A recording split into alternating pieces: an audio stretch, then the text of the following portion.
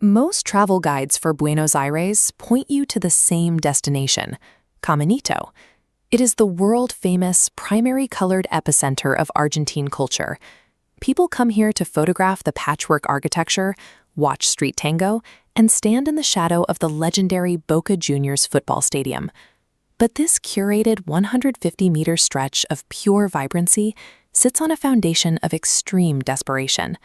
Tourists pay a premium today to shop in a space that was originally hammered together out of literal garbage.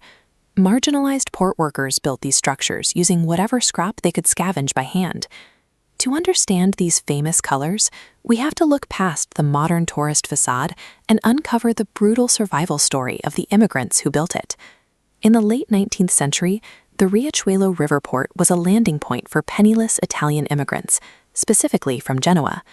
They arrived with nothing, looking for heavy labor on the docks.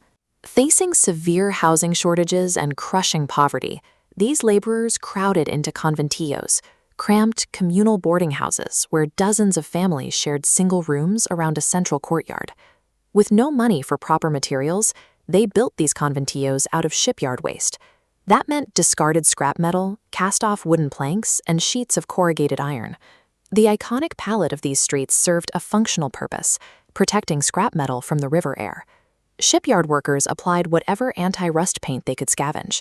When a bucket of blue ran out, they simply moved to the next available color: yellow, red, or green.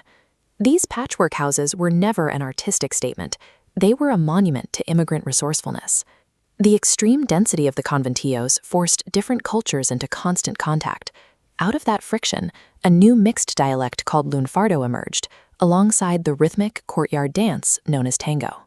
Working-class painters also developed filiadado porteño, taking ordinary delivery carts and covering them in these ornate brushstrokes and symbolic motifs. And in the surrounding dirt streets, football grew into a fierce source of community pride and identity amidst the poverty. Argentina's defining cultural pillars, tango, filiatado, and world-class football, emerged from the marginalized, working-class life of the docks. By the 1950s, the local port economy had declined, and a line of train tracks running through the neighborhood sat abandoned. The area was rotting. Then a local artist named Benito Quinquela Martín rallied the remaining community to deliberately paint the neighborhood's decaying facades. Quinquela Martín's coordinated effort transformed the abandoned railway siding into the world's first open-air museum. This intentional act of creation shielded the area from demolition and anchored the neighborhood's identity in the shipyard colors of its past. If you pull back from the concentrated tourist zone, you see the rest of La Boca. Today, it is a gritty mix of active industrial zones and dense residential blocks clinging to the river.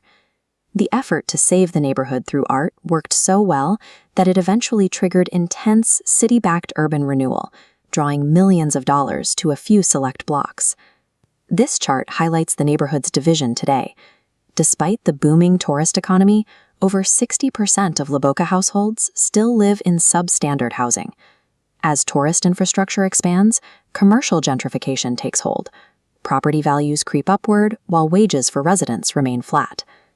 This table tracks population change over a century. Note the steady shift starting in the mid-1940s.